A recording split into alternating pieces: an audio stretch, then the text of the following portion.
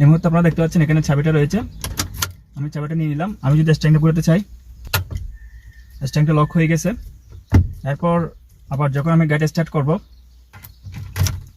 আমি চাবিটা ঘোরাচ্ছি, কাজ করতেছে না, অনেক হার্ড হয়ে গেছে। সেক্ষেত্রে আপনি কীভাবে স্ট্যান্ডটা আনলক করবেন? এই মুহূর্তে স্ট্যান্ডটা লক হয়ে গেছে। সো আপনি এক হাতে স্ট্যান্ডটা ধরবেন আর এক হাতে চাবিটা ধরবেন। আপনি চাবিটা ঘোরাবেন এবং স্ট্যান্ডটা ডানে বামে ঘোরাবেন। বিষয়টা আপনারা লক্ষ্য করুন। এই যে এভাবে খুব সহজে স্ট্যান্ড আনলক করতে পারবেন। বিষয়টা আপনারা আরেকটু লক্ষ্য করুন। চাবিটা নিয়ে নিলাম। আমি যদি বলে স্ট্যান্ডটা ঘুরাই অথবা অন্য কেউ যদি স্ট্যান্ডটা ঘুরাই, এই যে স্ট্যান্ডটা লক হয়ে গেছে। আপনি যেভাবে আনলক করবেন, আপনি চাবিটা লাগাবেন, আপনি চাবিটা ঘোরাবেন এভাবে এবং স্ট্যান্ডটা ঘোরাবেন। এই যে এভাবে খুব সহজে স্টিয়ারিং আনলক করতে পারবেন। আপনি শুধুমাত্র যদি চাবি ঘোরান তাহলে স্টিয়ারিং আনলক করতে পারবেন না। বিশেষ করে যারা নতুন গাড়ি চালায় তাদের এই সমস্যাটা হয়।